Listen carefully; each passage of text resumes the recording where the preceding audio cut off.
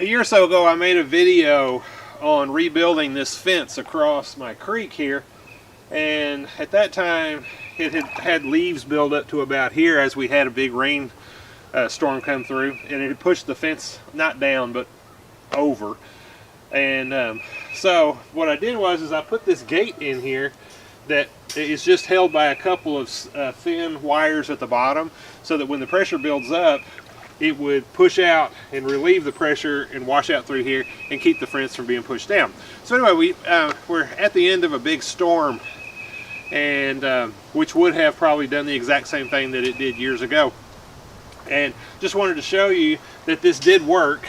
And there's leaves built up. This is the bottom of the fence, you can see right there.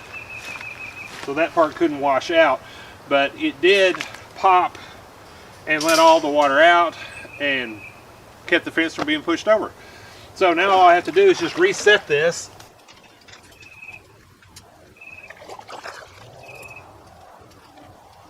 And it's good to go for the next time we have a storm.